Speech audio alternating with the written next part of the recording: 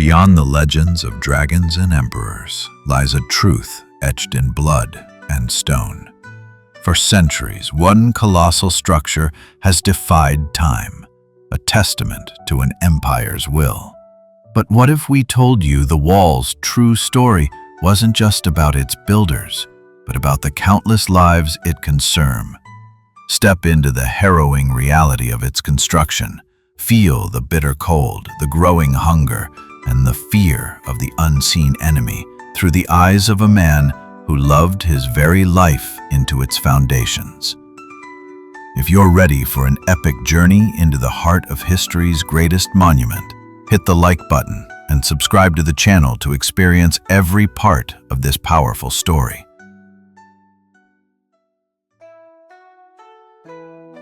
The dust was a constant companion in our village, clinging to everything: the sun-baked mud bricks of our homes, the sparse crops we coaxed from the earth, even the laughter of our children.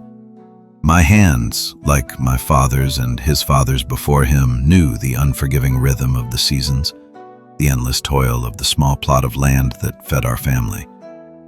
Life was simple, harsh, dictated by the sun and the emperor's distant will. We were farmers, bound to our soil, our world rarely extending beyond the next market town. Whispers began months before the decree, carried on the wind like dry leaves. Rumors of a great wall in the north, stretching further than any man could walk, built to keep out the wild tribes. Tales of immense hardship, of men taken and never returning. We dismissed them as peasant gossip, the exaggerated fears of isolated folk. Our lives were here, our ancestors buried in this very earth. The emperor's grand projects felt as remote as the stars. Then, the imperial heralds arrived. Their voices, sharp and unyielding, cut through the quiet hum of our village life. A decree from the Son of Heaven himself, Qin Shi Huang. Every third man, fit for labor, was to present himself for service in the north, for the Great Wall. My name, along with my cousins and several others from our village, was read aloud. A cold dread settled in my stomach, heavier than any rock I'd ever lifted. My wife's face, usually so full of gentle strength, crumpled. My son, barely old enough to wield a small hoe, clutched my leg, his eyes wide with uncomprehending fear. How could I leave them? Who would tend the fields? Who would protect them from the harsh realities of a world without a father? But to defy the emperor was unthinkable. It meant death, not just for me, but for my entire family. The departure was a blur of quiet despair. No grand goodbyes, just whispered promises and tearful embraces. We walked, a ragged column of men from a dozen villages driven by stern soldiers. The journey north was a brutal education. Days blurred into weeks, marked only by aching feet, gnawing hunger, and the constant threat of disease. We slept on hard ground, drank from muddy streams, and watched as the weaker ones faltered, left behind by the roadside as if they were nothing more than discarded stones. The landscape itself changed, growing harsher, more unforgiving. The rolling hills of our homeland gave way to barren plains, then jagged, foreboding mountains. The air grew colder, biting at our threadbare clothes. We passed other columns of men, all heading in the same direction, a silent river of forced labor flowing towards a distant, unseen behemoth. With every step, I felt my old life, my identity as a farmer, slowly peel away, replaced by the grim reality of a cog in the emperor's grand, terrifying machine. We were no longer men with names and families. We were simply bodies, destined for the wall. The journey felt endless, each day a blur of dust, hunger, and silent suffering. But nothing, no rumor or whispered warning, could have prepared me for the sight that greeted us when we finally arrived. The wall. It wasn't just a structure, it was a monstrous scar, snaking across the horizon, climbing impossible peaks, disappearing into the distant haze. And all around it, a hive of ceaseless, brutal activity. The air was thick with the din of thousands, the rhythmic clang of hammers against stone, the harsh shouts of overseers, the groans of straining men, and the chilling sound of falling rock. The landscape was utterly transformed, scarred by quarries and makeshift camps. We were immediately herded into a new unit, a nameless mass of bodies joining the endless line. My hoe, once used to coax life from the soil, was replaced by a heavy pickaxe, its handle rough against my calloused hands. Work began before dawn and ended long after dusk. We hauled massive stones, each one seeming to weigh more than a man, up treacherous slopes. We crushed rock into gravel, mixed mortar with aching arms, and pounded earth into foundations until our backs screamed in protest. The cold bit into our bones, an enemy as relentless as the supervisor's whips. Food was meager, a bowl of thin gruel, a handful of dried grain, just enough to keep us on our feet, barely. Sickness was rampant. The camps were cesspits of disease, where men huddled together, coughing and shivering, their bodies ravaged by fevers and dysentery. Every morning the carts would come to collect the dead, those who had simply given up, those whose bodies had failed, those whose spirits had been utterly broken. We learned not to ask their names. There was no time for mourning, no energy for tears, just the next stone, the next day, the next breath. The overseers, grim-faced veterans or ambitious young officers, were merciless. Their job was to build the wall, and human life was merely a resource, expendable. A moment's hesitation, a faltering step, a dropped stone, and the whip would sing, leaving burning welts. Disobedience meant torture, or worse, being buried alive within the very wall we built, a gruesome warning to others. The mountain passes echoed not just with the sounds of labor, but with the cries of pain and the chilling crack of bone. Yet amidst this living hell, something else began to form, a silent, desperate bond between us.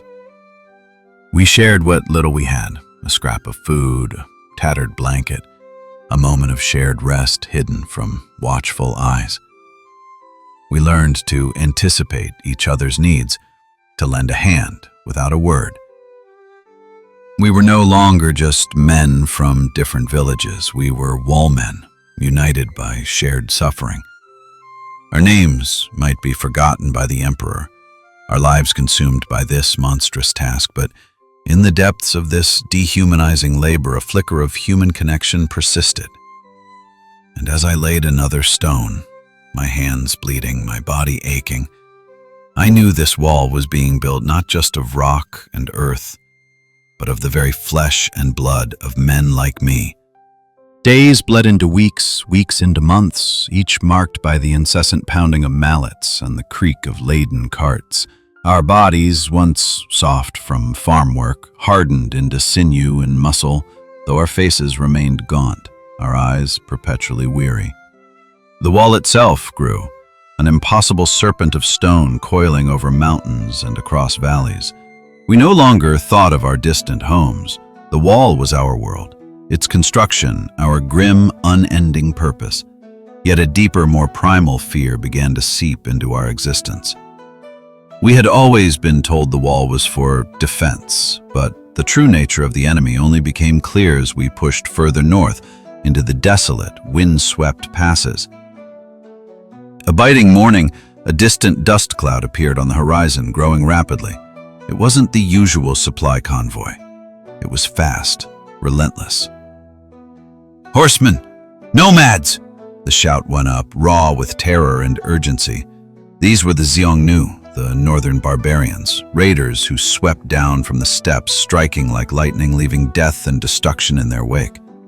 They were the reason for this colossal undertaking, the very threat that drove the Emperor's iron will.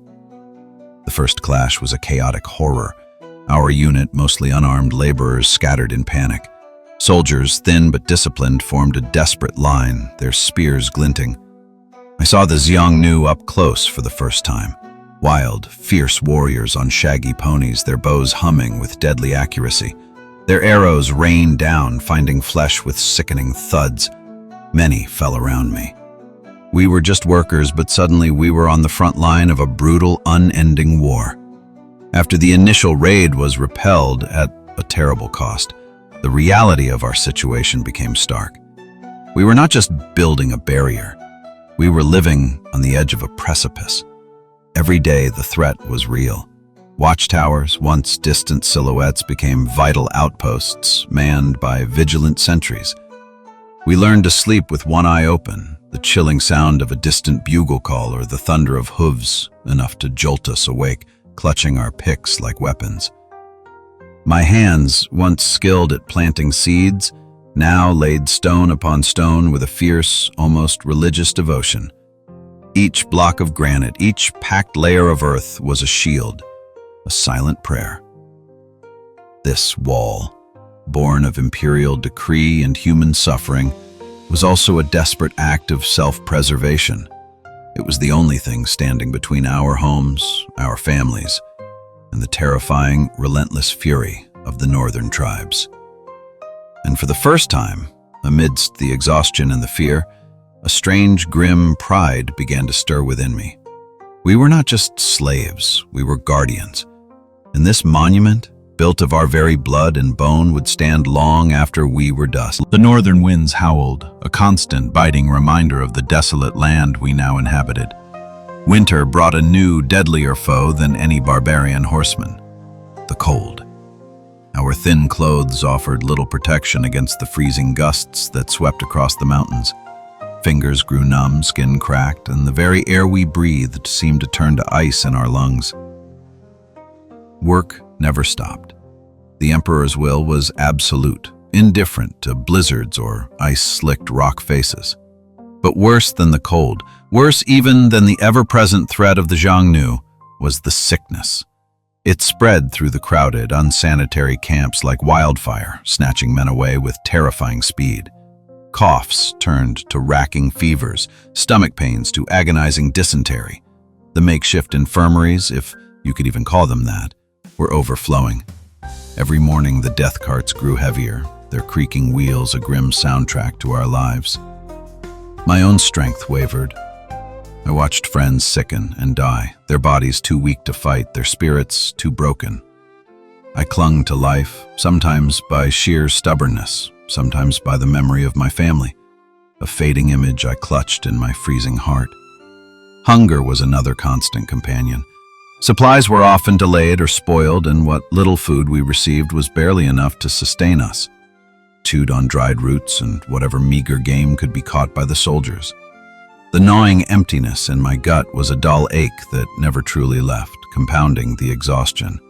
Whispers of rebellion, desperate acts of defiance, sometimes rippled through the ranks quickly and brutally crushed by the overseers. Hope was a dangerous luxury we could ill afford. I thought often of escaping, of slipping away into the vast, unforgiving wilderness, hoping to find my way back to my village, to my wife and son. The thought was a burning ember in the darkest nights. But where would I go? How would I survive? The land was harsh, the distances immense, and imperial patrols hunted down deserters with ruthless efficiency. The few who tried were brought back, their broken bodies displayed as gruesome warnings or simply never seen again. We were trapped, bound to this monstrous endeavor by invisible chains stronger than any iron. My body was a testament to the wall's relentless appetite. Scars crisscrossed my hands and arms from countless cuts and scrapes. My shoulders ached perpetually from the immense weight of stones. My back was a constant knot of pain. Yet with each block I laid, with each segment of the wall that slowly rose against the sky, a strange, grim determination settled within me. This was our fate. This was our purpose. We were building something beyond ourselves, something that would stand for generations, a silent testament to our suffering and to the unyielding will of the Emperor. I remembered the old men in my village, speaking of ancestors. We were becoming ancestors too. Our very lives poured into these stones, our silent screams echoing within their depths. The wall was not just a barrier against the barbarians. It was a tomb for countless souls, a monument to the endless demands of an empire. And I, a nameless farmer, was now a piece of it, forever bound to its cold, unyielding stone.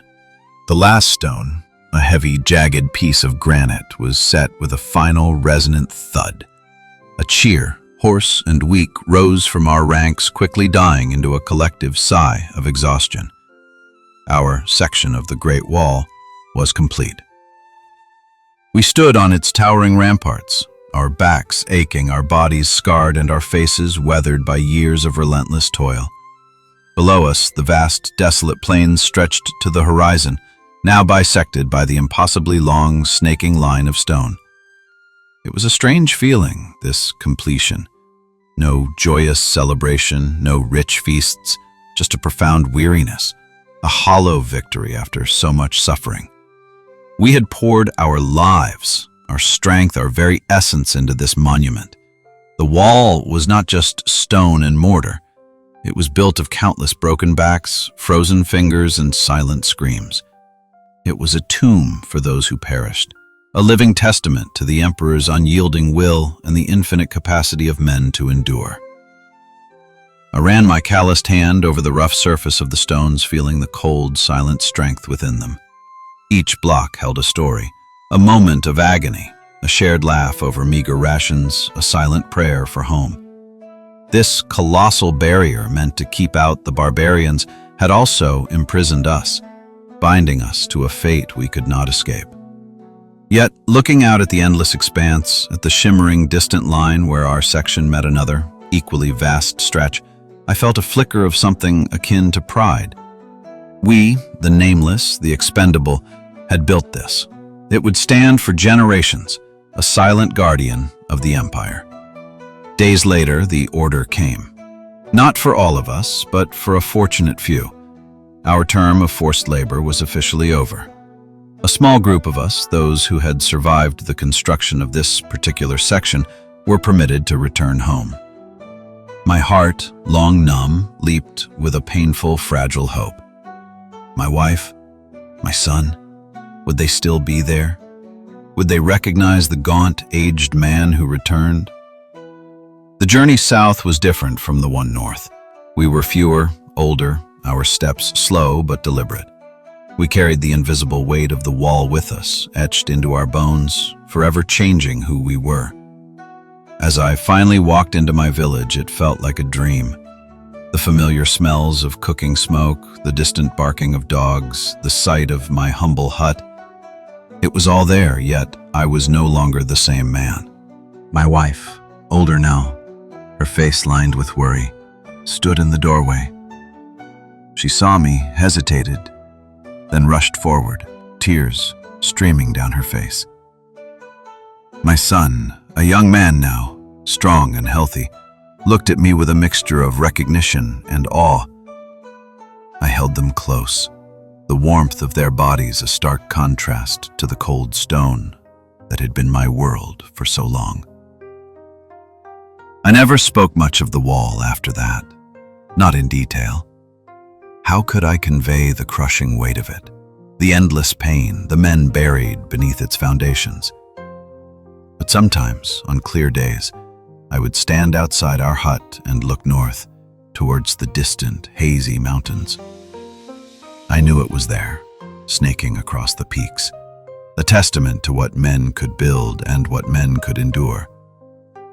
The Great Wall stood, majestic and enduring, a silent sentinel against the northern winds, a physical embodiment of the Emperor's might. But for me, it was more than that. It was a monument to the countless anonymous lives poured into its creation. A voice from the stone, whispering of resilience, sacrifice, and the unbreakable spirit of those who built the impossible. It was a scar on the land, but also a shield for the generations to come, built by blood, brick, and an iron will.